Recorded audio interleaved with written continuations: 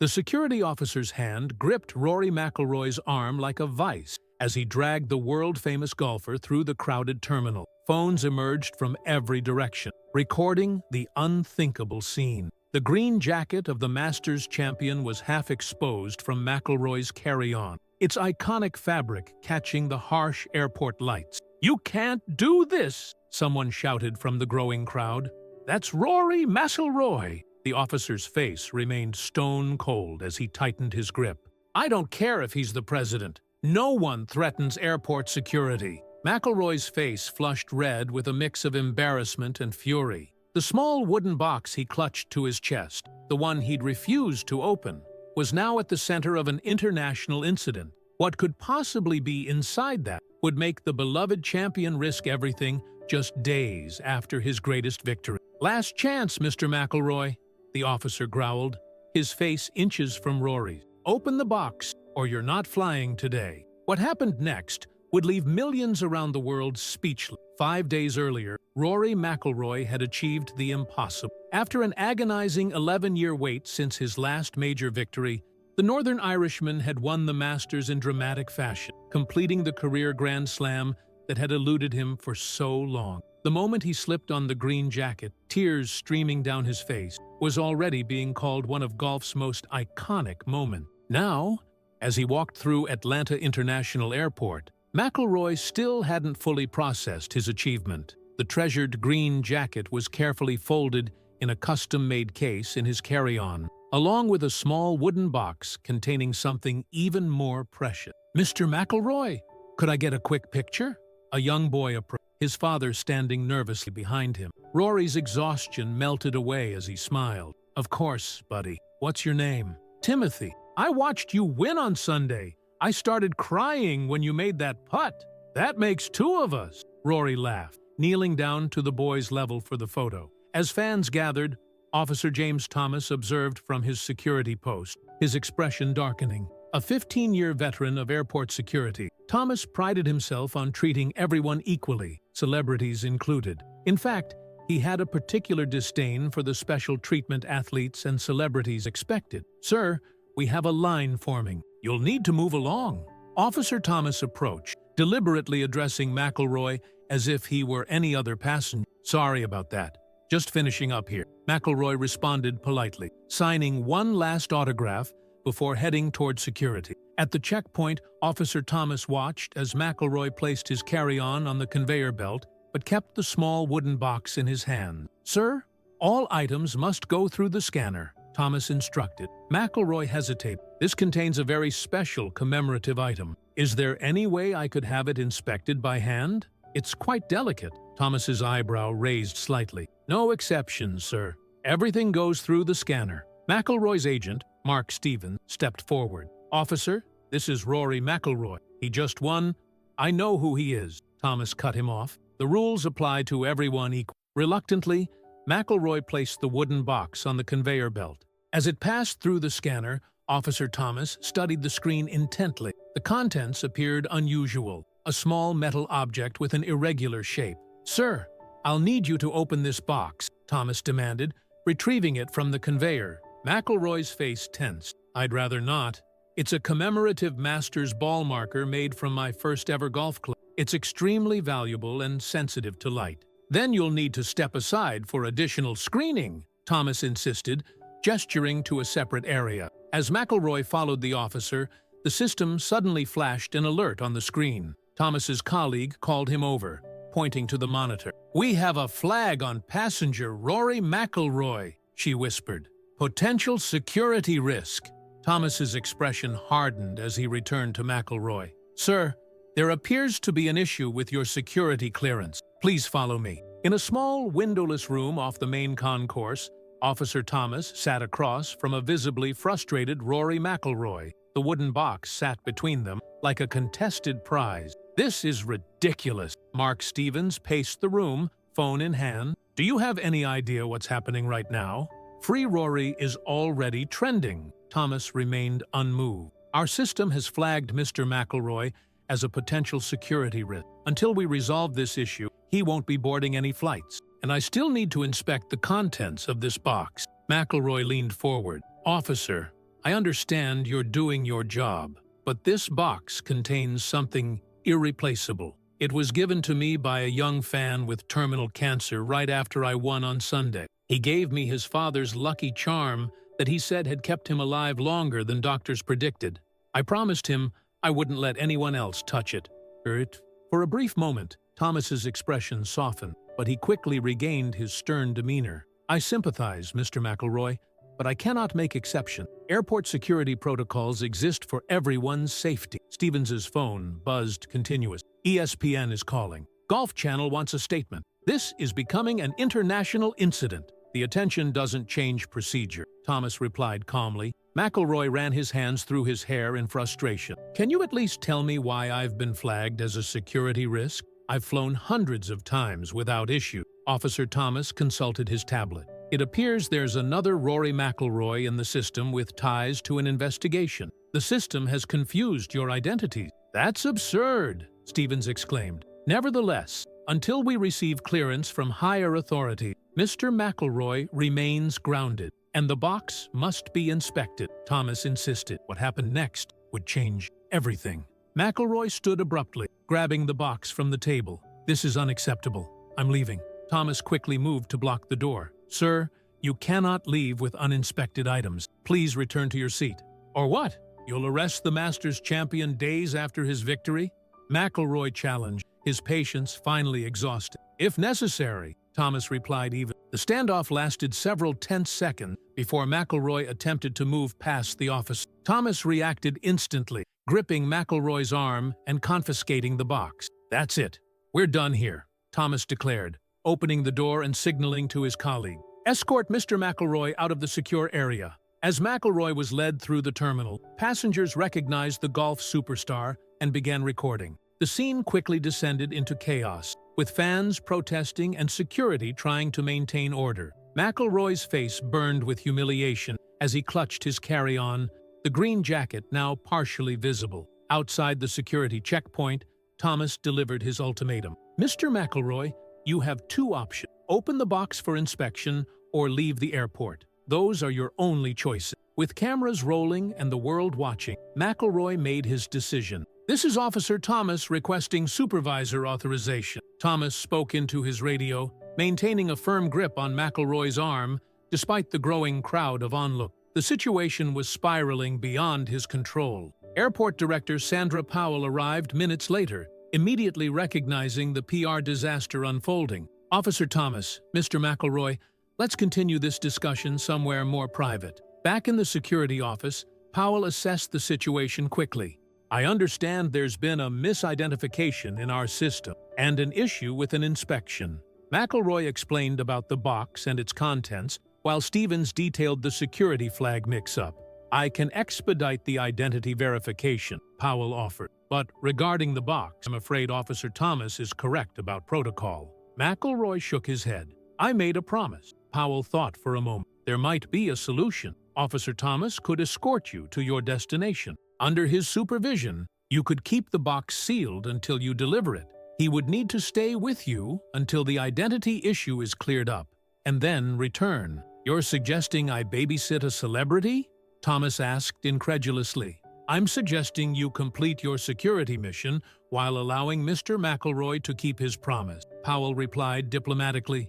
Stevens seized the opportunity. Rory is conducting a youth golf clinic tomorrow in Phoenix. Hundreds of kids, many from Children's Hospital, are expecting. Thomas looked torn, his by-the-book mentality challenged by the practical solution before him. It's either this, or we process a high-profile detainment that will be on every news network within the hour, Powell added quietly. After a tense silence, Thomas nodded reluctantly. Fine. I'll escort Mr. McIlroy to Phoenix and remain with him until his identity is confirmed.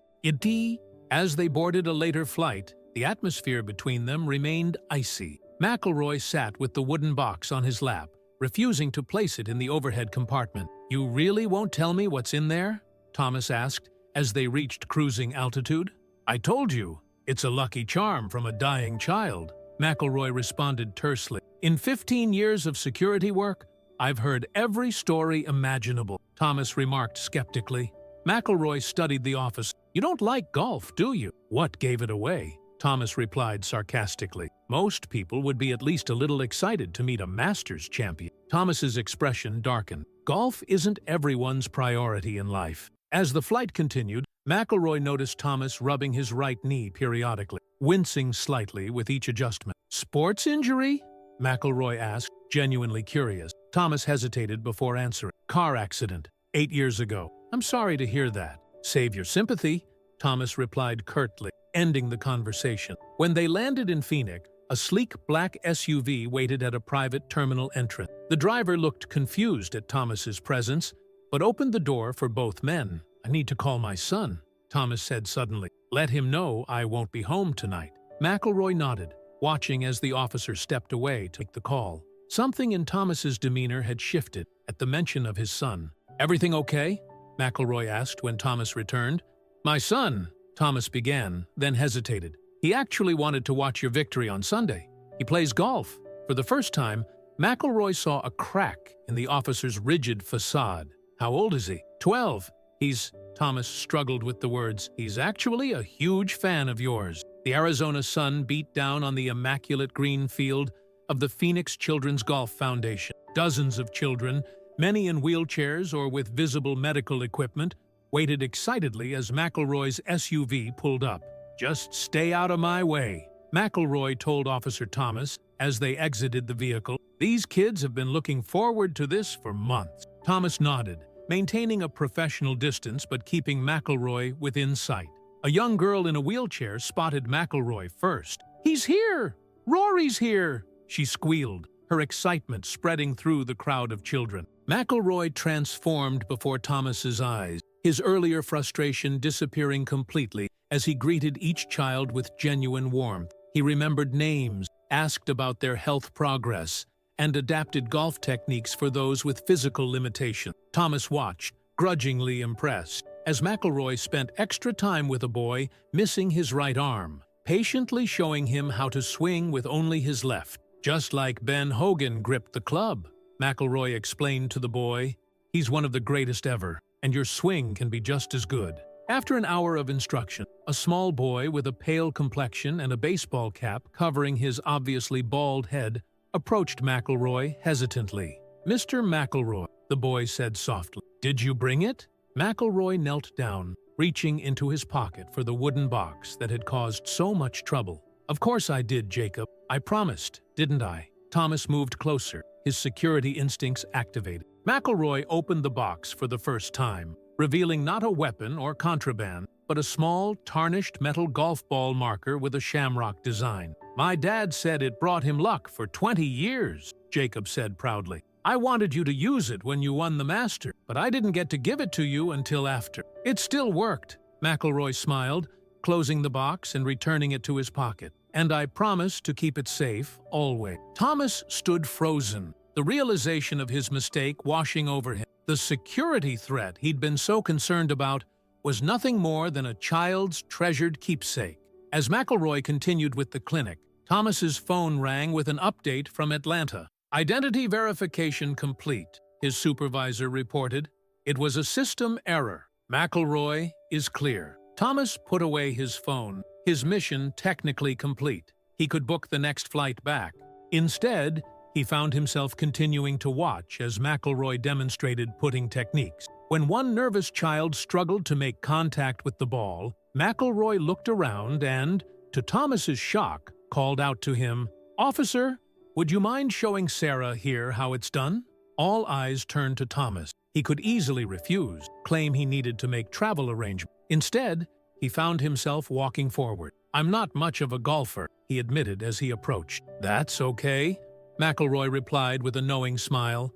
"Just show her how to stand." Awkwardly, Thomas positioned himself behind the putter, aware of the children watching him. To his surprise, his hands remembered the grip, his stance automatically widening to shoulder width. "You've played before," McIlroy observed quietly. Thomas didn't respond, focusing instead on helping the little girl position her hands correctly. When she successfully putted the ball into the hole, her face lit up with accomplishment. "Officer Thomas helped me do it," she announced proudly. For the first time since their confrontation began, Thomas smiled, a genuine, unguarded expression that transformed his face. As the clinic wound down, McIlroy approached Thomas privately. "Your identity verification came through, didn't it?" Thomas nodded. "I'm clear to return to Atlanta." "But you stayed," McIlroy observed. "I wanted to see the end of the clinic," Thomas replied, not meeting McIlroy's eyes. McIlroy studied him for a moment. "You know,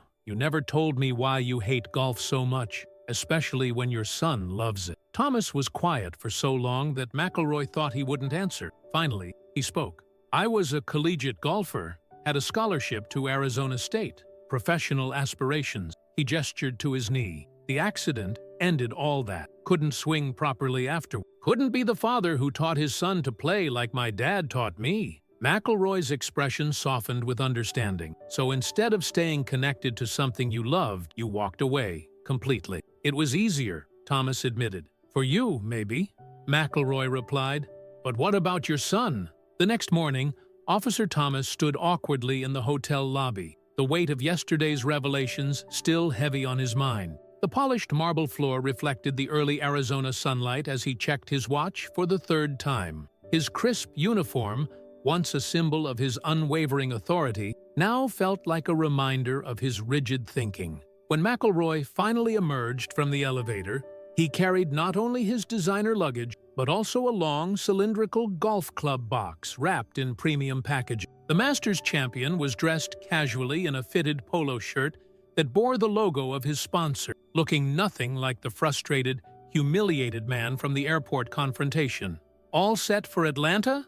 McIlroy asked, his Irish accent softening the question. Thomas nodded, eyeing the mysterious package. "What's that you've got there?" "Just some new equipment I'm testing," McIlroy replied, with a mischievous glint in his blue eyes that suggested there was more to the story. During the 3-hour flight back to Atlanta, the cabin's gentle hum providing a backdrop for conversation, Thomas finally voiced the question that had kept him awake most of the night.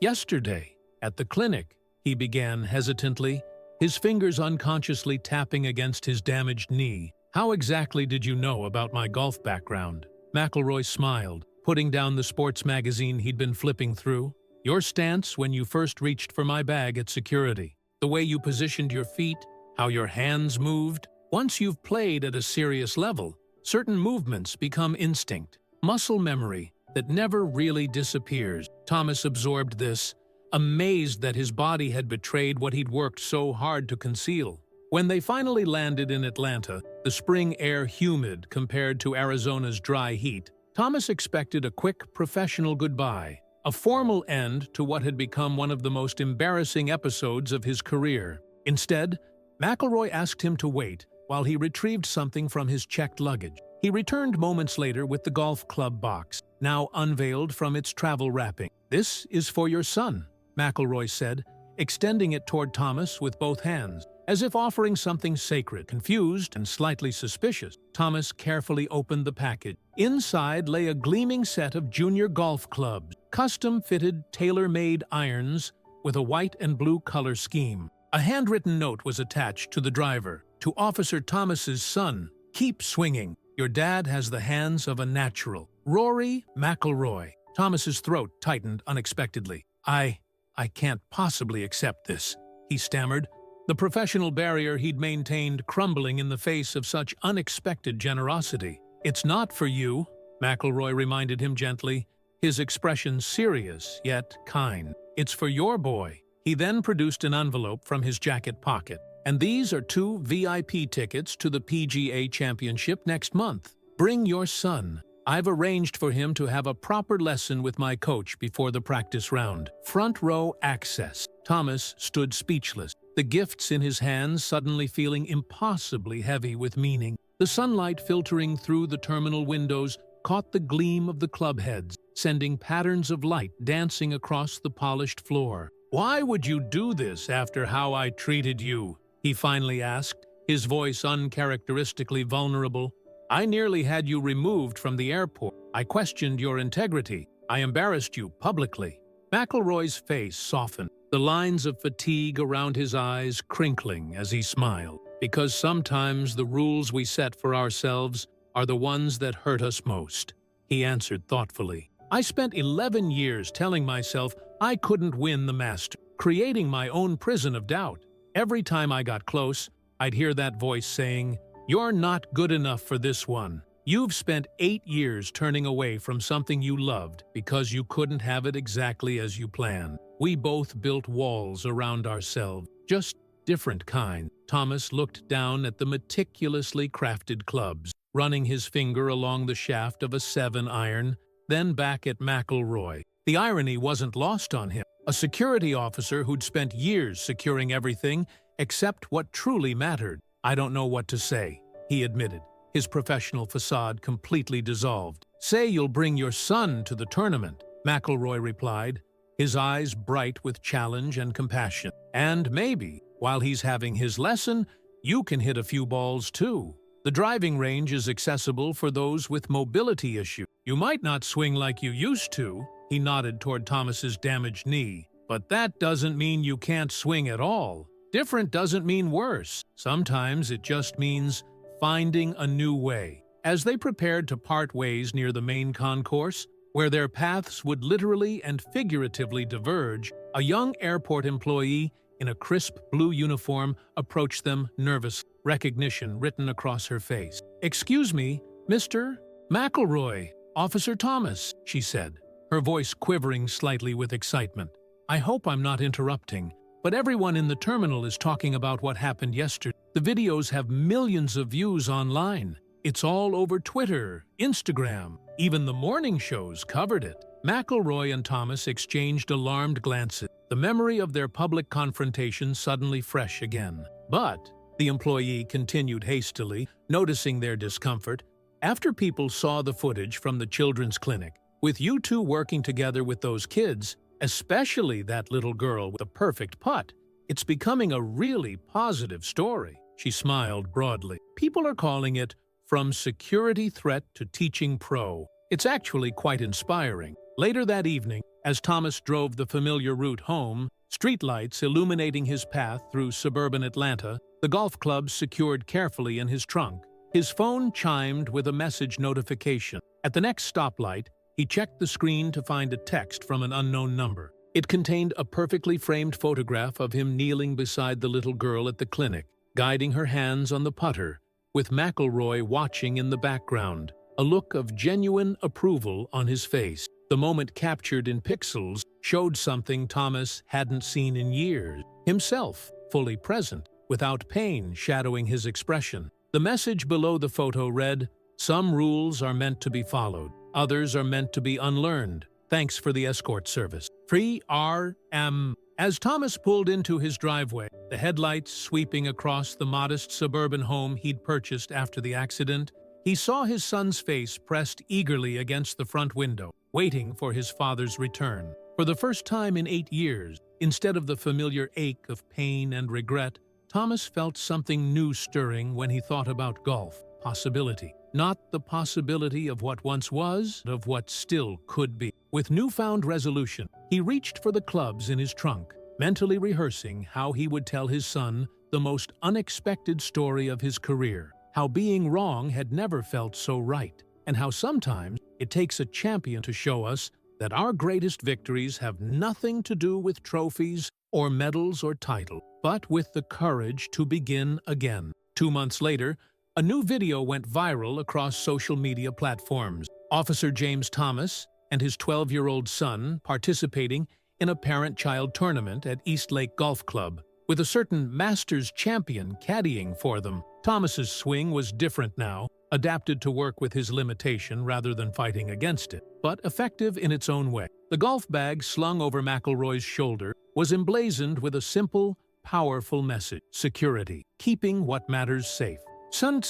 And in Thomas's pocket, throughout the round, just for luck, was a small wooden box containing a tarnished shamrock marker, on loan from a champion who understood that the most precious things in life aren't the victories we achieve, but the promises we keep, and that sometimes our greatest security comes from letting go of the very walls we've built to protect ourselves. Before continuing, please subscribe to our channel and leave a like so we can bring more amazing stories to you. Your support means everything to us. Have you ever had a misunderstanding that turned into something positive? Share your experience in the comments.